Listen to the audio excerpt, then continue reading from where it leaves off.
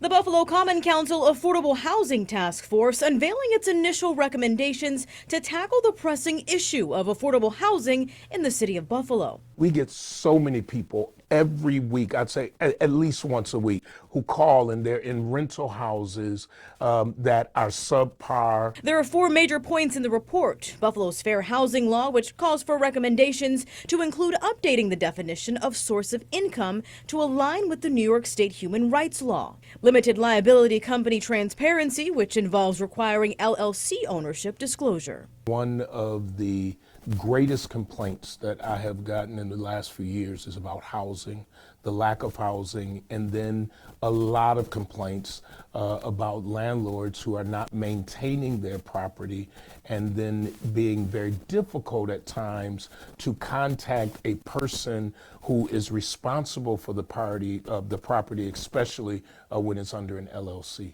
Vacancy in Buffalo, which recommends fully funding a vacancy study in 2023-2024 budget and hiring a consultant to conduct it, providing essential insights into the state of housing. And proactive rental inspections program, which includes fully funding the program to upgrade technology for inspectors and empowering inspectors to enforce housing regulations. I would be disappointed to see this stretch out over a year because people are really suffering. Many people, and especially poor and economically challenged people, are really going through a tough time in our city. On the topic of housing and displacement, Saturday, December 8th, there will be an anti-displacement summit and 2022 Buffalo Blizzard Memorial from 10 a.m. to 2 p.m. at Trinity Episcopal Church, hosted by Our City Buffalo. We'll also be talking about transportation, immigration, policing, and other critically important issues in our community and how that can all come together to make sure that we create a more equitable, just, and fair Buffalo for all. You can expect policy experts, community leaders, and the loved ones of the victims of last year's deadly blizzard to headline the panel discussion. We've been talking to victims, families, and loved ones for the past couple weeks now.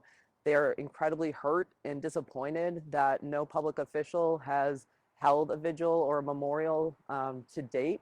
That this is coming up on the year anniversary and there still has been no public acknowledgement from many of our elected officials as to what needs to happen. There will be a processing once the summit wraps up at 2 p.m. that will start from Trinity Episcopal Church to Niagara Square and City Hall.